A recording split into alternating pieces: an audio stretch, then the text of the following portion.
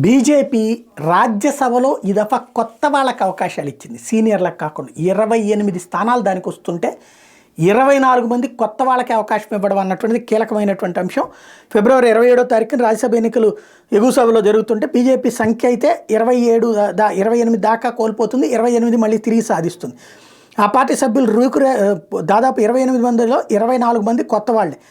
పాత వాళ్ళలో 9 మంది కేంద్ర మంత్రులు రాజ్యసభ పదవీ కాలం పూర్తవుతుంటే వాళ్ళలో ఇద్దరికి మాత్రమే ఇచ్చింది. అశ్విని వైష్ణవ్, ఎల్ మురుగన్ వీళ్ళిద్దరికే రాజ్యసభ స్థానాలు తిరిగి ఇచ్చింది. మిగతా వాళ్ళందరూ కూడా కొత్త వాళ్ళే. సరే, బీజేపీకి సంబంధించి జేపీ నడ్డా గత పర్యాయం హిమాచల్ ప్రదేశ్ నుండి రాజ్యసభకి ఎన్నికైతే ఈ దఫా అక్కడ కాంగ్రెస్ ప్రభుత్వం అధికారంలో ఉంది కాబట్టి గుజరాత్ నుండి ఇస్తున్నారు. అశ్విని వైష్ణవ్ గత పర్యాయం మాదిరిగా తిరిగి ఒరిస్సా నుండి బీజేడీ మద్దతుతో రాజ్యసభకి పోటీ చేస్తున్నారు.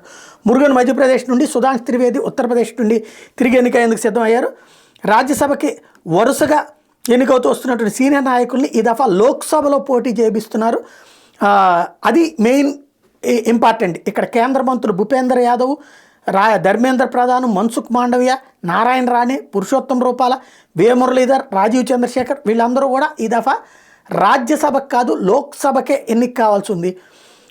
అలాగే వీళ్ళ టర్మ్ అంతా ఇప్పటితో అయిపోతుంది కాబట్టి వీళ్ళందరూ కూడా పోటీ చేయాల్సినటువంటి వాళ్ళే.